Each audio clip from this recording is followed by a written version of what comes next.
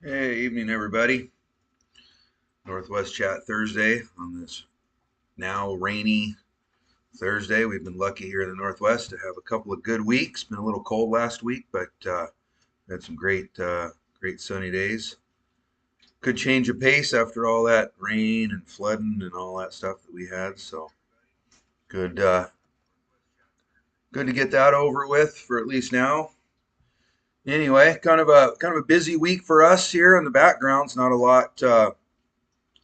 Really to bring out and show you guys right now, but I can tell you that definitely some stuff in the background. There's something special coming up for all the last year's champions that will be announced here real soon. I hope that people appreciate what that's going to be and something to look forward to. Hope to keep that going for our series as we go on each season. That's going to be pretty cool. And then also, we're working on a portal that all the tracks will be able to use and racers use for all the signups going forward. So that's something that is taking some time to get set up and make it look right and make it user friendly. So that's definitely been in the works. And then on our side with the business, we're actually working on some e-commerce stuff for everybody worldwide or around the state or wherever people want to do it. So that's kind of exciting. Just a lot of work behind the scenes on that. So, but definitely something exciting going on right now. Of course, TNR down there in Southern California. Got a couple of our local racers down there. Of course, Carson Phipps right up here in Burlington, pretty close to where we live.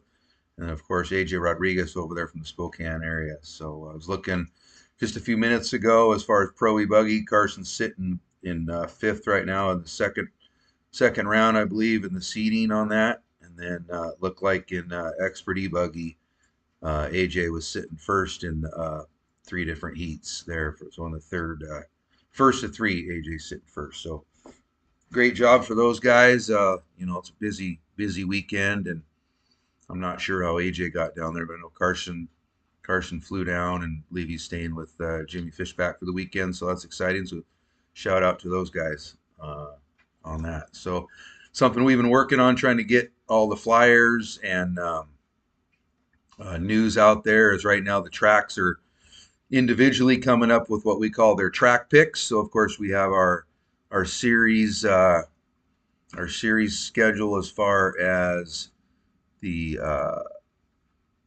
classes right now that will be series supported through top 10 at the end of the season. And then each individual track has the opportunity to have two classes that they hold at their track also. And they will have, trophies 1 through 5 through all of those classes, including those track picks. But we do that to kind of highlight what gets ran, maybe more popular in a certain area than others, and that way more local racers will feel that they have a spot to come and race. So that's something that we've been doing for a long time, and we're going to keep going there. And of course, people hopefully notice that novice is going to be a series supported class going forward in the NCT, at least for this season. That's what all the tracks when we get together at the early part of the year decide. So that's exciting for that. So of course, the announcement last week of that top secret race that we were working on, and some people behind the scenes understand that we had to wait for that official board to not really get sworn in, but actually take positions there so we could announce what that was, and working with Renee on that. She is their media person for that, so we're getting some media going on, and of course we have permitting process to go on with Burlington because it's in a park, which is not a problem. It's just a process we have to do, and of course we've secured the fairgrounds at the end of the season for the Can-Am race in October, which will be the October 20th, last weekend before Halloween, of course, this year. So that's exciting on there. So let's see what you guys have going on in the chat. I know, like I said, the tracks are working on their track picks. So if you are from one of those areas, comment in the chat right now, and what would you like to see in those track picks. I mean, it's been a lot of talk the last couple days. Two wheel buggy, some vintage buggy. There's a couple, I believe, tracks that like to see the two wheel short course be one of theirs, which I'm sure it's going to be, because of course there's no two wheel drive classes in the NCT supported series this year. Not saying that we can't address some of those issues throughout the season if we're seeing a lot of entries and participation. We want to make sure that we're doing what the racers are coming out and showing up with. We understand, and I think that that's been a little bit lost in the last couple of years. That most of us started off with probably a Traxxas or a short course and a 10th scale, and there's some of the tracks that they want to make sure that we don't lose that, because we all know how expensive it is to get into RC to begin with, and just have somebody jump into the 8 scale side of it. That's a excuse me, that's a few bills in there, and 10th scale, especially for a family, definitely want to get those kids out there on the track to be able to enjoy themselves in racing, and dad or mom or whoever that is can help support that with working on some racing dollars, not exceeding some of those limits. So that's always great.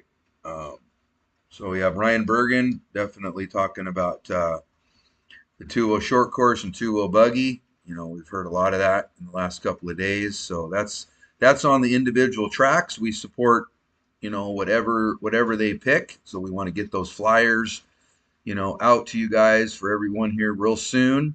And then hopefully that portal that we're working on for the NCT as far as signups go, somebody could actually go and sign up for, the way we're looking at it is every event for the year. Of course we have the past champions. I don't have a good list to show you guys, but I can read off who they are if you'd like or whatever. But those racers can, they'd be able to go to the portal and just be able to sign up with no pay, because their entry is comped from their championship last year to protect that championship going into 2026. Now we had a couple of racers last year, um, like Greg Kerr. Of course, he won the Sportsman e-buggy class, and with the NCT, and you get a championship in that class. You're asked to move up and out of that class, and Greg Kerr has chosen the Nitro Buggy class this year to be his comped entry, so that's what he will be running. And then Jason Rizika, I haven't heard back from him yet. He was still trying to figure out what he was gonna run, and he had a championship in the two-wheel short course last year. And individual tracks all voted, and they felt that the two-wheel drive short course class wasn't supported enough last year.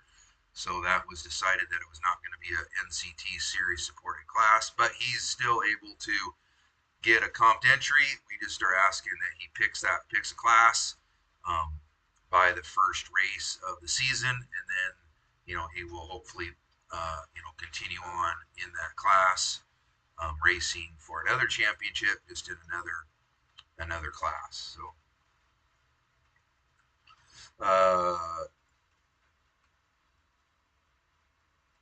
yeah, that's correct, Jamie. We're not going to be using RC signups as of right now, the way it's looking.